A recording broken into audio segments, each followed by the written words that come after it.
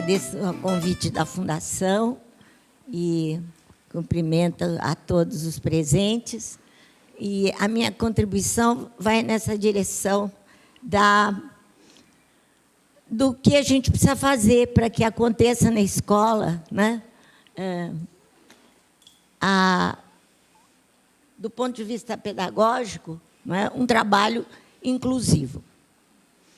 Então, o que eu quero trazer aqui para vocês são, principalmente para os professores, para os pais, para todos em geral, é um pouco, como disse a Eliana, da minha experiência com educação e da visão que eu tenho de escola para todos e como que ela pode acontecer de uma forma que não tem tanto segredo assim, mas que representa mesmo uma grande virada no modo como a gente tem de agir, pensar, né?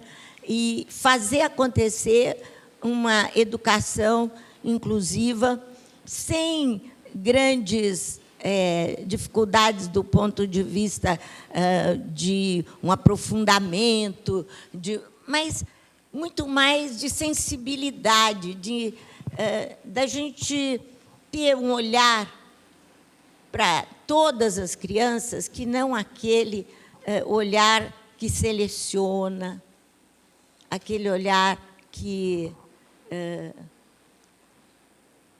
fixa naquilo que aquela criança, que a gente acha que aquela criança tem, mas esse olhar aberto, esse olhar de entendimento, né, da natureza humana, né, que nós precisamos, principalmente na escola, exercitar. Então, me pediram para falar nessa mesa sobre estou na escola e, como a Martinha falou, estar na escola é estar dentro de uma condição em que se respeita o direito à diferença na igualdade de direitos. Mas isso não diz respeito apenas a pessoas com deficiência. Todos nós temos direito à diferença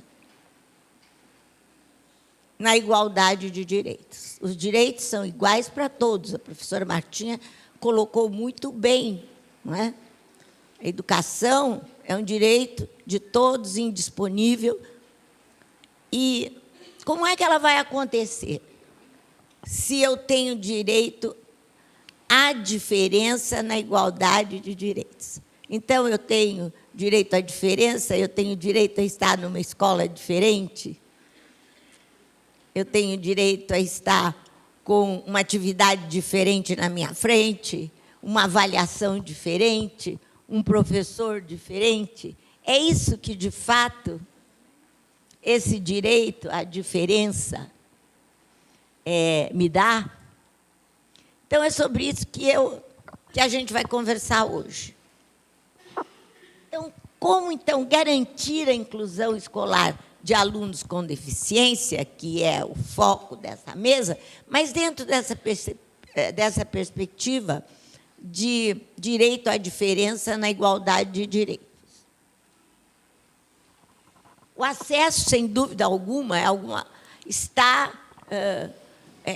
um processo muito avançado na educação brasileira. A permanência e a participação com ganhos no processo escolar de todas as crianças, mas, em especial, das crianças da educação especial, eu acho que ainda a gente precisa caminhar um pouco. O acesso é importantíssimo. Sem acesso, não podemos pensar em permanência, muito menos em participação. Mas não é por isso que nós vamos nos contentar só com o acesso. E, para garantir a permanência, principalmente a participação com ganhos, há que se fazer muito ainda nas nossas escolas.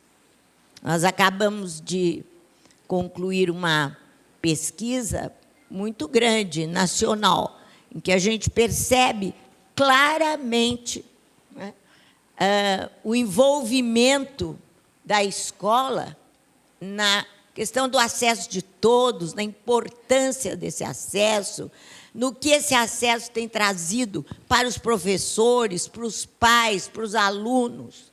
Isso tudo nos dá assim, uma força muito grande e, ao mesmo tempo, nos compromete com relação a essa questão da participação de todos com ganhos.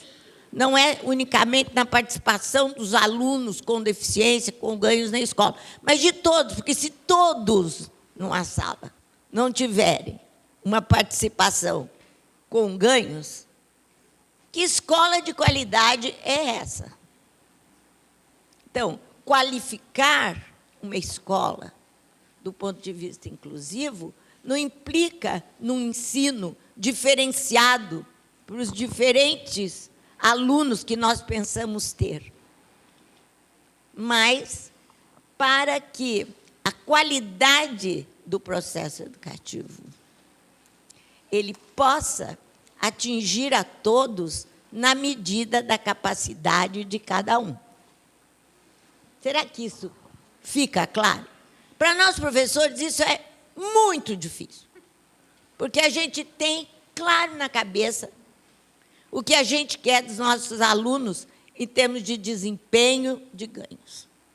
E a gente se acha capaz de conseguir isso, não é? Que eles atinjam uma média, que eles consigam aprender o que nós queremos que eles aprendam. Eu estou cansada de dizer as mesmas coisas, mas é importante a gente repetir. Eu acho que água mole, pedra dura, né? Olha, a inclusão traz algumas coisas muito importantes para a gente pensar.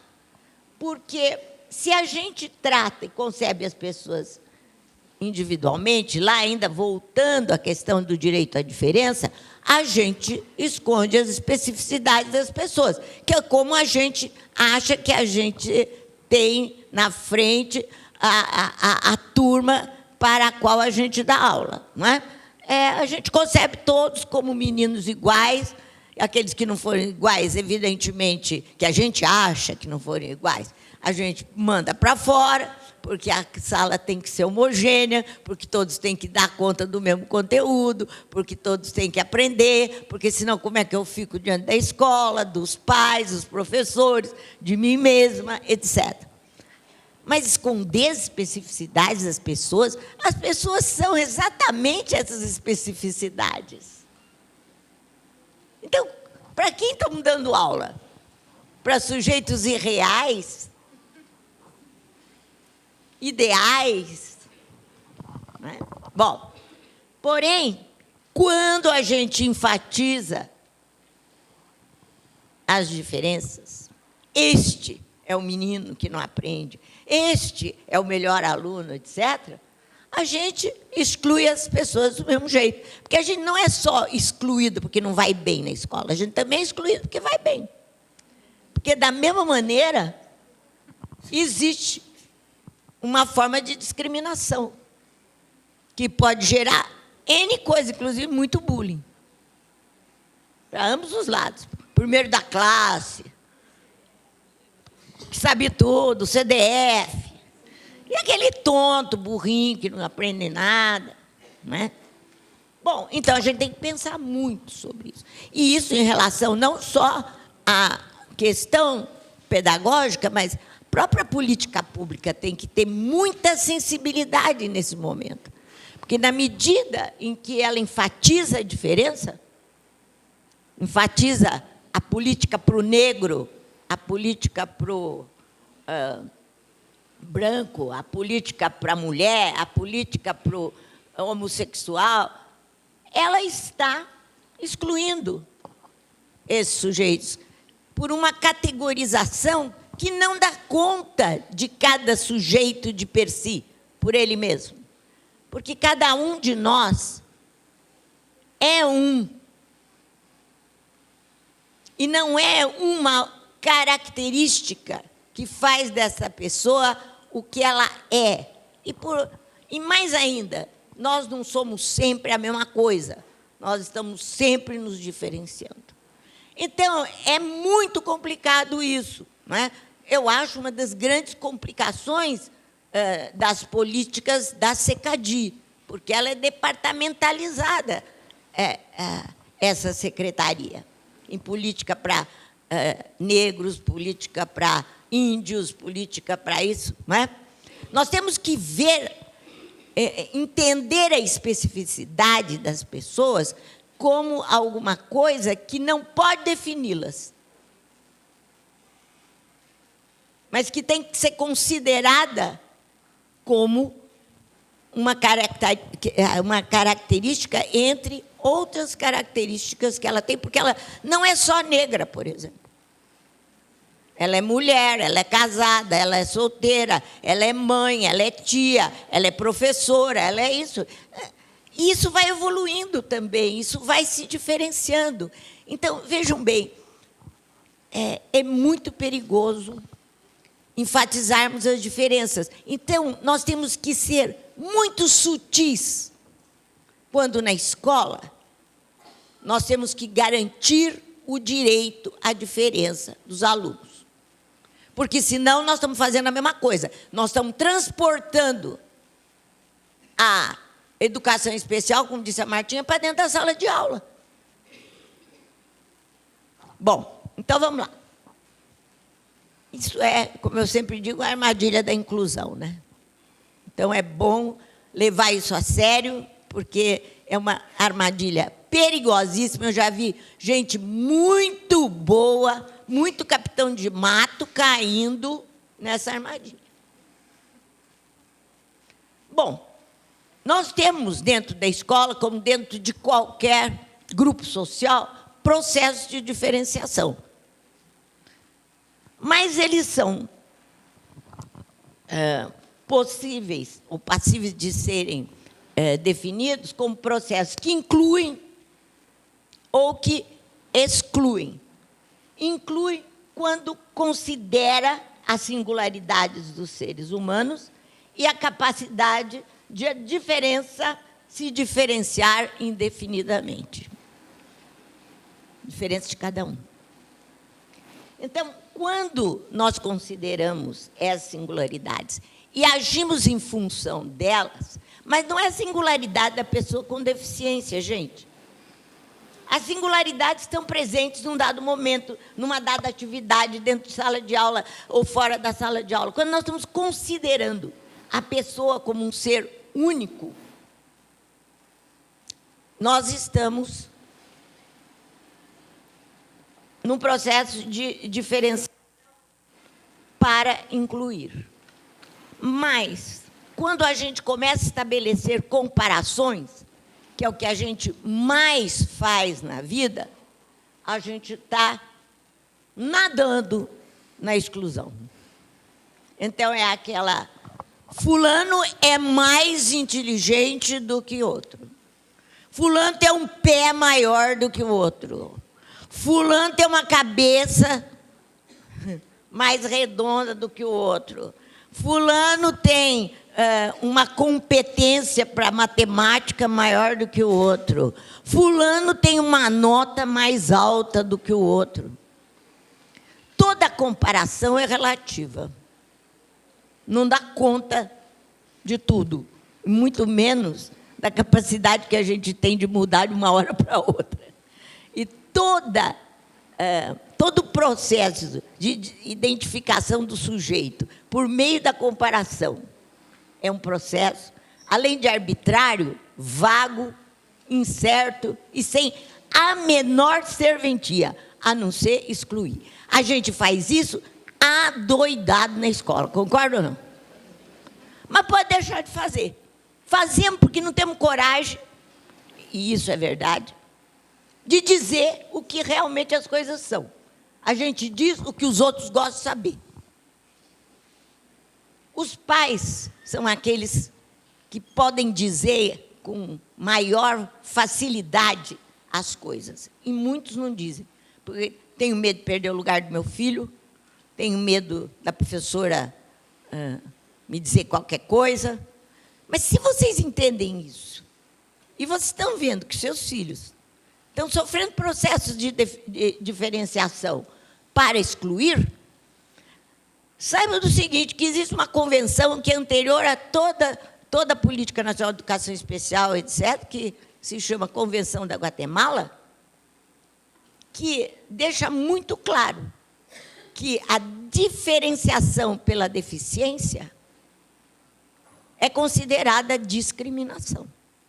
E qualquer ação que não tenha por detrás, da parte da pessoa que está sofrendo essa ação de diferenciação, capacidade dela, o respeito à capacidade dela decidir se ela quer ou não ser diferenciada, é considerada discriminação.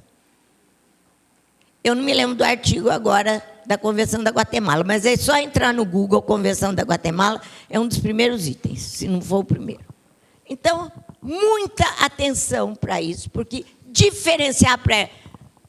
Pega um aluno, põe na primeira fileira, assim, sentado junto com a professora, chama a estagiária e diz assim para ela, olha, fica fazendo com ele, porque se você não ficar fazendo com ele, está danado.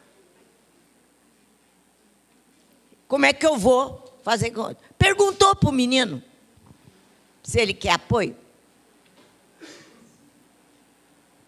Mesmo que pergunte, há necessidade disso numa boa pedagogia? Uma boa pedagogia é que tem não sei quantos pendurocalhos em torno do aluno para ele poder ter um rendimento esperado. Isso, gente, é coisa de professor velho. Eu sou mais velho do que todos os professores que estão aqui. Mas nunca na minha vida eu tive, graças a Deus, a pretensão de achar que alguém sentado do lado do menino fazendo lição junto, ia trazer algum benefício. Nem para um, nem para outro. Por quê? Porque não é assim que a gente aprende. A aprendizagem, o conhecimento, são conquistas do humano, individuais, intransferíveis, e não aceitam qualquer tipo de, como é que eu posso dizer, de bengala.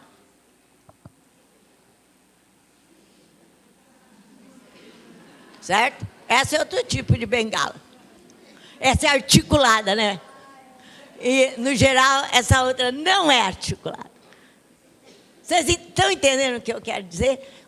Vocês vão para qualquer escola, tem um monte, tem professor de apoio, tem estagiário, tem cuidador para ficar fazendo a lição junto.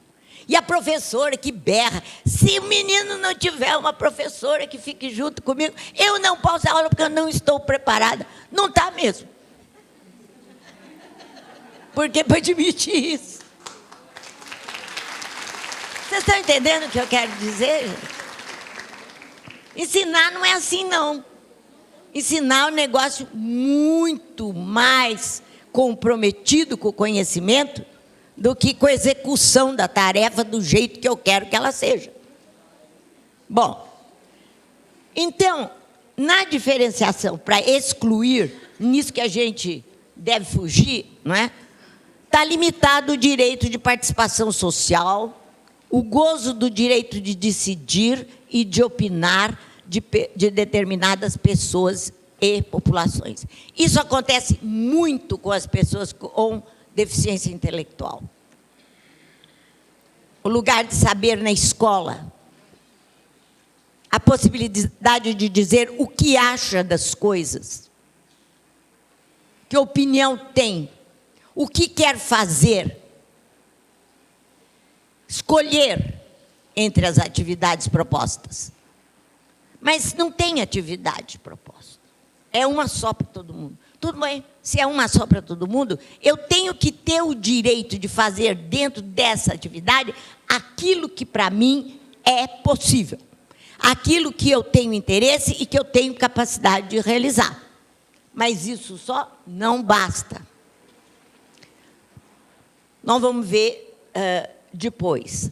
E opinar também. A gente pergunta para os alunos para que eles digam o que, de fato, eles pensam, eles querem fazer, etc. A gente dá essa condição? Ou a gente dá uma lição à parte para eles fazerem sozinhos? Mas, graças a Deus, na contramão dessa tendência, a gente tem a diferenciação para incluir na escola. Essa vai quebrar as barreiras físicas, atitudinais, comunicacionais, que impedem algumas pessoas, em certas situações e circunstâncias, de conviverem. Como é que pode conviver na escola alguém que tem uma professora junto? Cooperar. Você não está trabalhando junto com os outros colegas e as pessoas podem trocar entre si informações, conhecimentos. De participar devidamente. Uma criança que está indisponível para a classe porque ela está trabalhando com alguém ao lado, fica meio difícil participar. Compartilhar com os demais das atividades. Porque quando eu vejo alguém que tem uma pessoa junto fazendo as coisas, eu não vou compartilhar e dizer, eu não tenho essa condição, eu não quero nem chegar perto. Ele já tem alguém lá para fazer alguma coisa com ele. Ele não sabe fazer. Ele não. Quantas crianças fogem das crianças que, mesmo não tendo uma deficiência, são consideradas aquelas que não dão muita bola para a escola, não gostam de fazer atividade. Ninguém quer saber dela. Não põe ela no grupo, não, porque a gente vai tirar nota baixa. Né? Bom, e também de participar da vida social, escolar, familiar, na vida do trabalho, como sujeitos de direitos e deveres comuns a todos. Nós temos que pensar isso. Eles não têm direitos e deveres específicos. Algumas pessoas não têm. Os direitos são de todos, inclusive os deveres.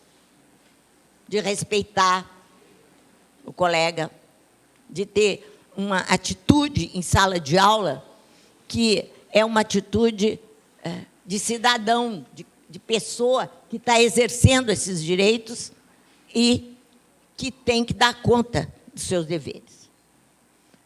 Bom, quais são os ambientes que nós queremos para os nossos filhos? Há pessoas que querem ambientes escolares restritivos. Claro, meu filho, imagine, ele nem fala ainda, tem 7 anos, ele tem que ir para uma escola especial, porque lá ninguém vai dar risada dele. Lá a professora sabe como ela vai ensinar esse menino a falar direito. Porque a professora com 40 alunos na sala nem vai saber se ele fala ou não fala. Então, eu vou resguardar esse menino. Eu vou pôr ele na escola comum, especial. Ou a gente quer escolas desafiadoras. O que seriam as escolas desafiadoras? E o que seriam as escolas restritivas? A maior parte das nossas escolas são restritivas, e não é porque elas são especiais, não. Não é por ser especial que uma escola é restritiva. A escola é restritiva, todo momento, a toda atividade, a toda tomada de atitude na escola, etc., que não dá ao aluno a possibilidade de escolher, de opinar, de poder realizar as suas atividades dentro das suas competências, de cooperar, de não ser considerado a partir de um padrão. Porque quando você fica levantando todos esses indicadores, você vai restringindo cada vez mais, não só o papel da escola, como também o papel do aluno, do professor, etc. E é nisso que a gente se encontra hoje. Professores que trabalham de forma restrita, que olham um aluno restringindo de várias coisas, a partir de um ensino extremamente pobre e restrito em contribuições para que se construa conhecimento. Será que é essa a escola que nós conhecemos? Eu acho que é, porque os pais adoram escolas restritivas. Eles gostam de escola que chama a atenção dos meninos, que quer que os meninos entrem na linha, que acha que a professora sempre tem razão, mesmo quando ela chama a atenção por um motivo justo. E aquelas que chegam, aquelas situações também são existivas, de preguiça e tal. Meu filho, coitadinho, ele tem uma deficiência. E os pais estão dizendo que ele constitui um perigo. Mas eu estou muito triste por causa disso, porque ele bate no outro. Porque ele precisa de um lugar que restrinja, uma professora que restrinja as possibilidades. Põe ele sentadinho numa cadeira especial, todo amarradinho, para que ele possa conviver bem. Né? Então, qual a escola que a gente quer para os nossos filhos? A gente quer as escolas difíceis, que restringem a capacidade de criação. Né? Bom, o que teriam essas escolas como ambientes escolares para que fossem restritos? Tem muito mais coisa. Essas escolas que diferenciam para excluir, elas, no geral, são escolas especiais, classes especiais, mas são também escolas comuns, né, em que diferencia-se o ensino para alguns alunos. Eu, por exemplo, tenho o filho de um primo meu que estuda numa escola de nome em São Paulo, onde existe ensino diferenciado dentro de uma escola comum para meninos que só têm palma de ouro, que é o melhor desempenho. Isso é ensino diferenciado e restritivo. Eles não gostam disso, mas acabam gostando porque são de tal modo acolitados por isso. Então, a aula de matemática não assistem com os colegas. Assistem em uma sala onde os alunos têm conhecimentos mais avançados. Isso é o máximo. Os pais dizem, imagine, meu filho tem as suas possibilidades todas, né, postas em ação para que possam evoluir em salas onde os meninos sabem mais. Isso é ensino diferenciado para alguns alunos que exclui da mesma forma. Se ele quiser fazer isso depois da escola, estudar aonde quiser, fazer curso de engenharia, esse é um problema extra-escolar.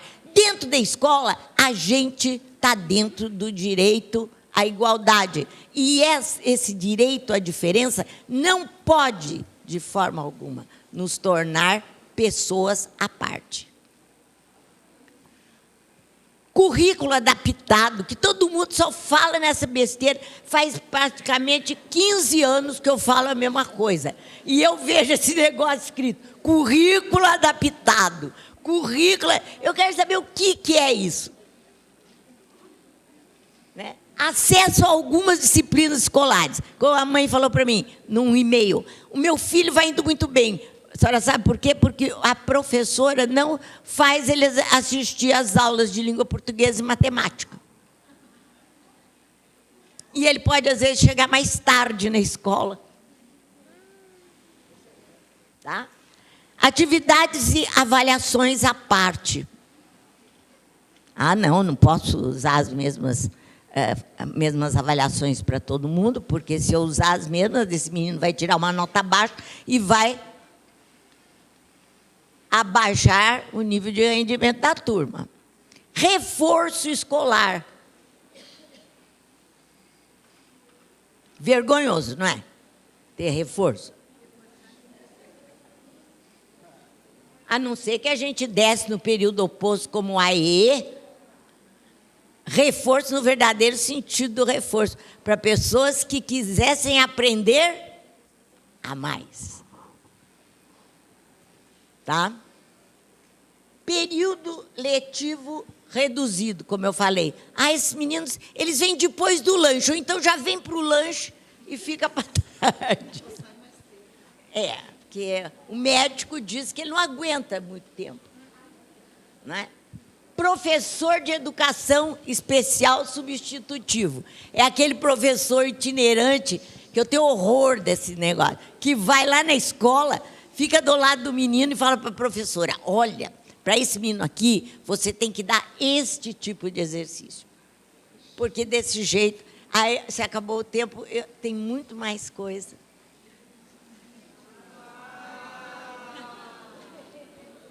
Falta pouco, acho. Professor de apoio pedagógico, quando esse aluno não necessita desse apoio, mas é para ele ficar como estagiário, que não custa nada, de pendurado em alguém e todo mundo se sentir aliviado. E a tal da terminalidade específica, que é outra coisa que a gente teria que discutir com muito mais tempo, porque ela, da mesma forma, significa um ato de discriminação muito sério. Então, os ambientes desafiadores só podem acontecer na escola comum, porque a escola especial, pelo próprio nome, já é uma escola que restringe, que não desafia. Esses ambientes desafiadores, eles têm que ter o atendimento educacional especializado. Por quê? Porque nós temos que garantir o direito à diferença às pessoas com deficiência. Mas garantir o direito à diferença às pessoas com deficiência não é garantir reforço escolar, professora de apoio,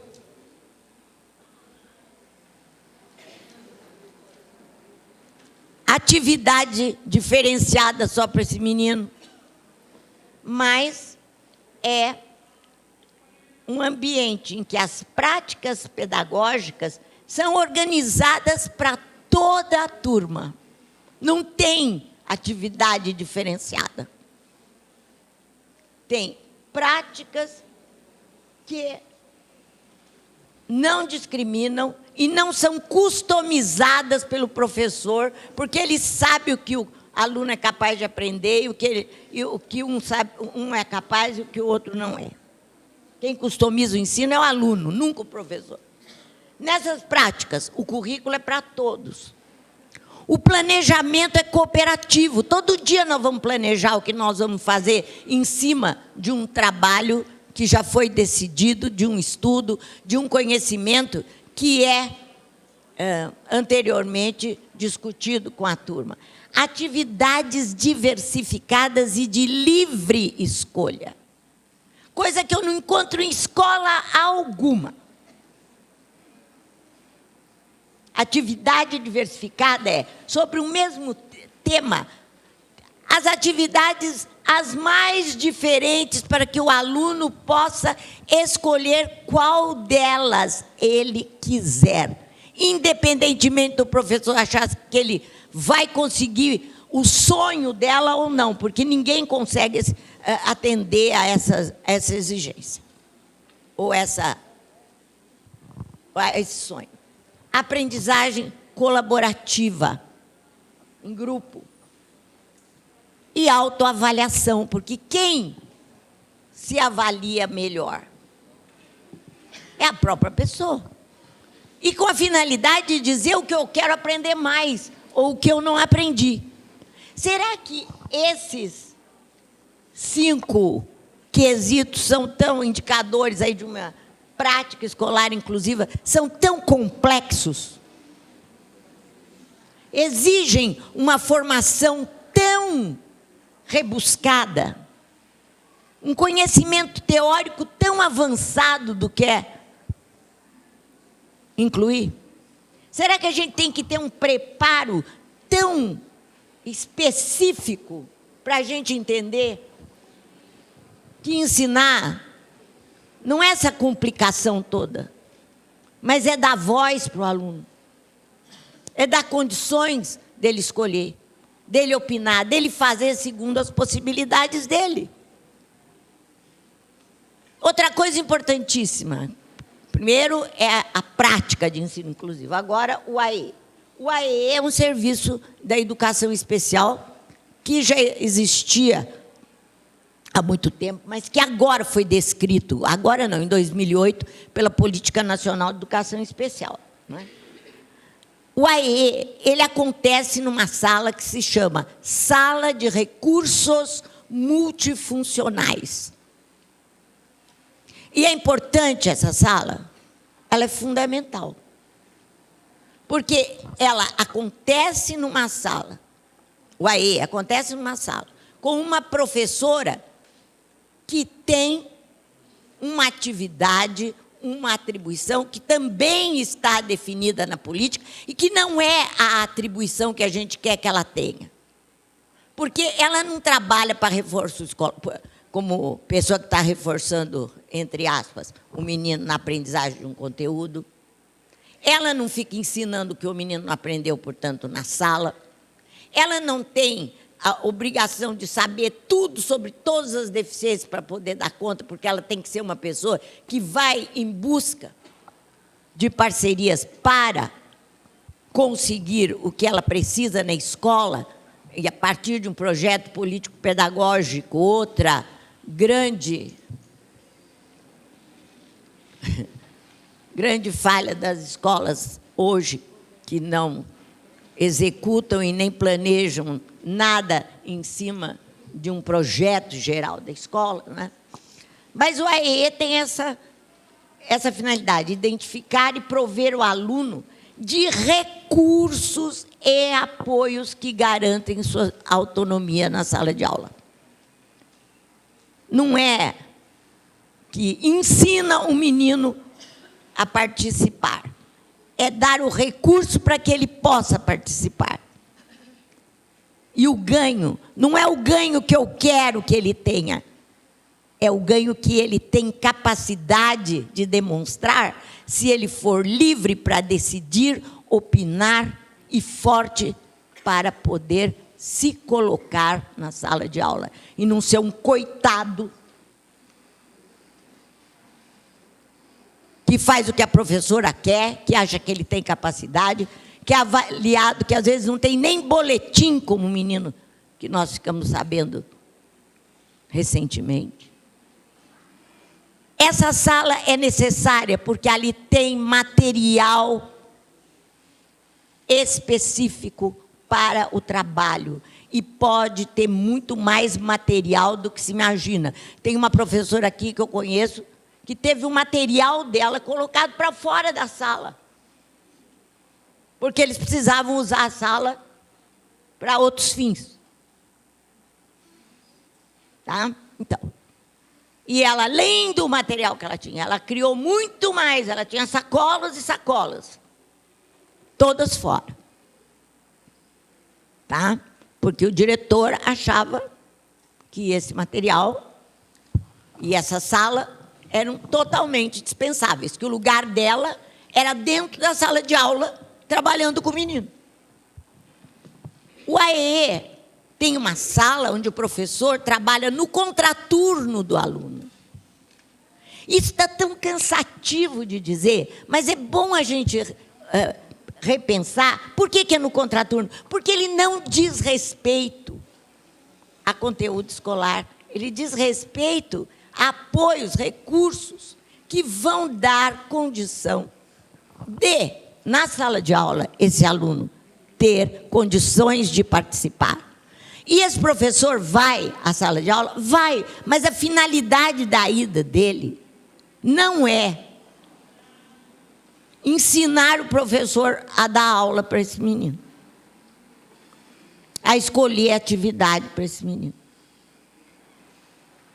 Mas é verificar como esse recurso está sendo usado, como os outros colegas e a própria professora estão entendendo o que significa esse apoio para a autonomia desse aluno. Não é bem assim que isso acontece. Finalmente, o AEE é obrigatório e gratuito em escolas públicas e particulares. Acho que a Martinha até tem uma nota técnica, não tem, Martinha, sobre isso? Tá? Escola particular não gosta de AEE. Quer que o pai pague.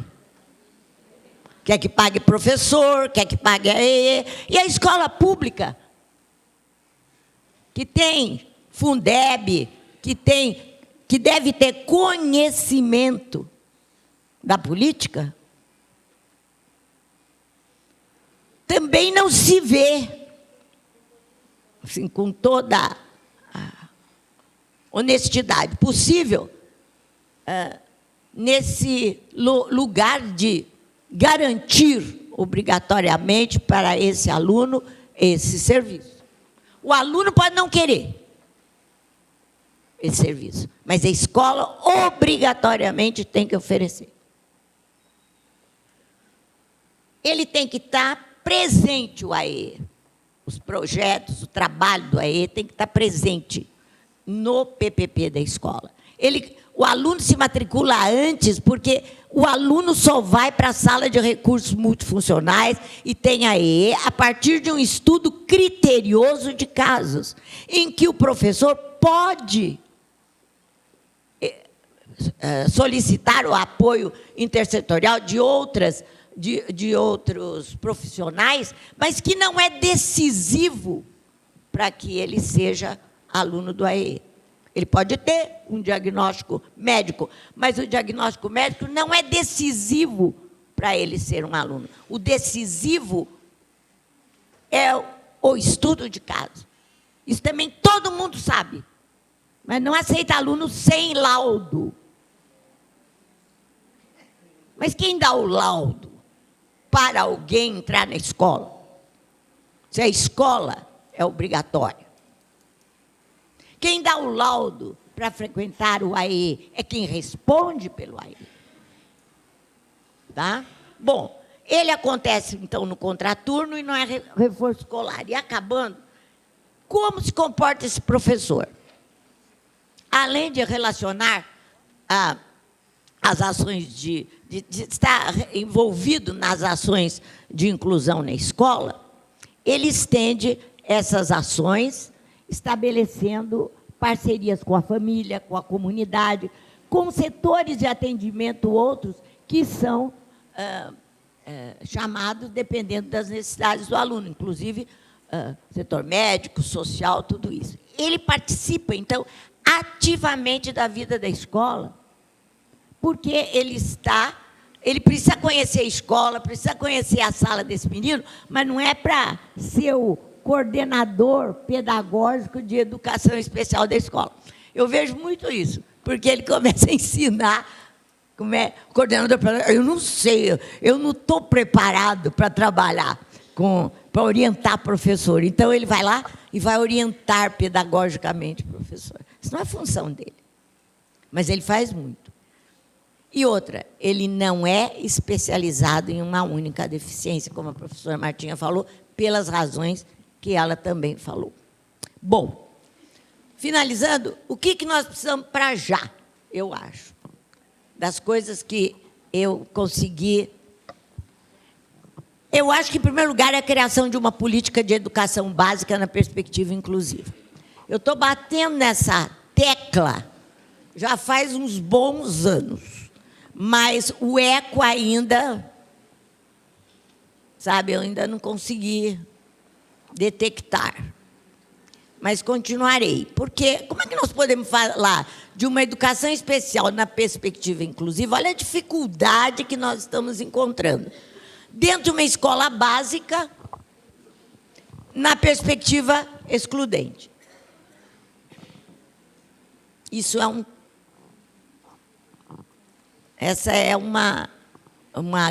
grande desafio que nós temos pela frente. Formação inicial e continuada de professores, visando uma escola de qualidade para todos. Eu vejo isso com muita dificuldade também, muitíssima.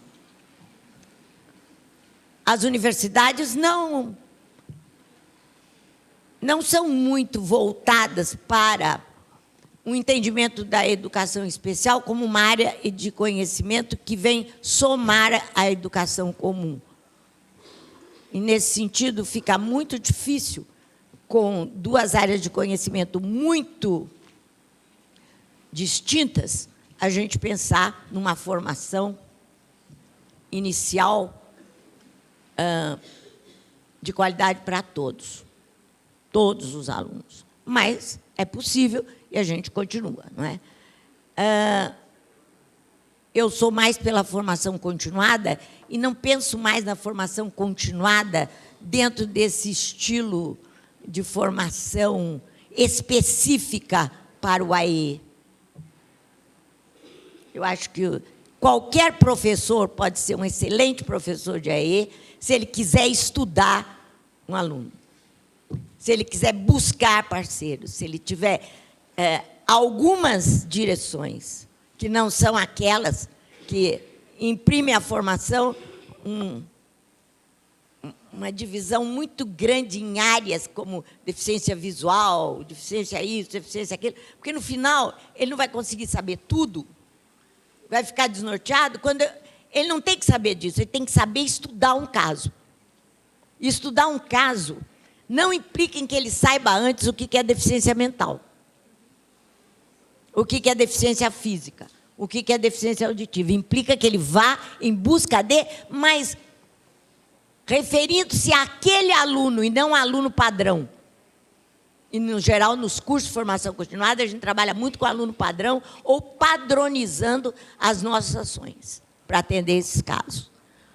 Outra coisa é o fortalecimento da política de educação especial, porque realmente representa um grande avanço na política educacional brasileira e precisa ser fortalecida, porque há muitas correntes contrárias a ela, principalmente a academia e também os próprios professores, gestores, coordenadores, secretários, que têm pouco entendimento do que representa essa política em relação à escola de qualidade para todos.